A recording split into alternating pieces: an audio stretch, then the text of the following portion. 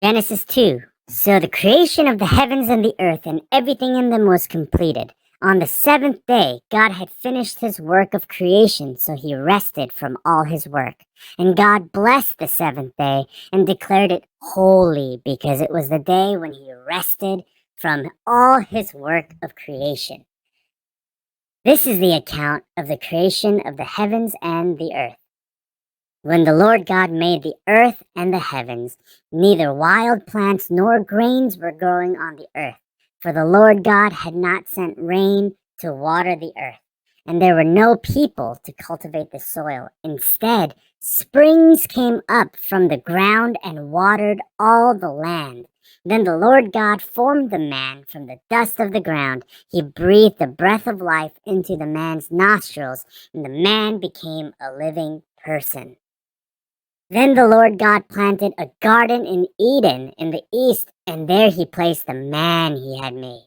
The Lord God made all sorts of trees grow up from the ground, trees that were beautiful and produced delicious fruit. In the middle of the garden, he placed the tree of life and the tree of the knowledge of good and evil.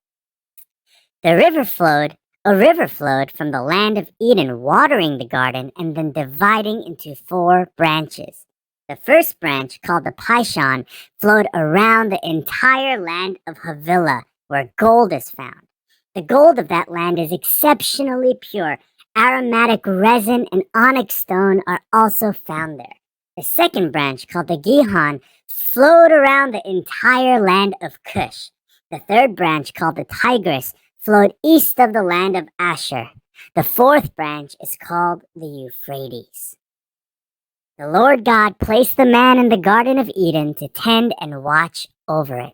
But the Lord God warned him, "You may freely eat the fruit of every tree in the garden, except the tree of the knowledge of good and evil. If you eat its fruit, you will surely die." Then the Lord God said, "It is not good for man to be alone. I will make a helper who is just right for him."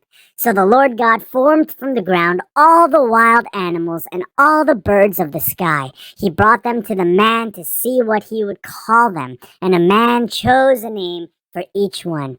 He gave names to all the livestock, all the birds of the sky, and all the wild animals.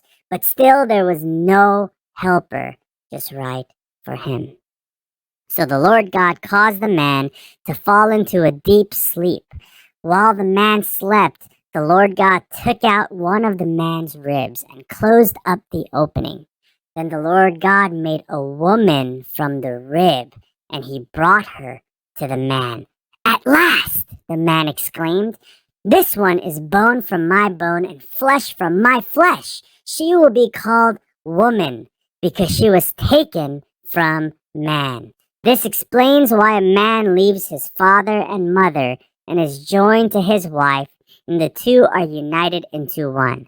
Now the man and his wife were both naked, but they felt no shame.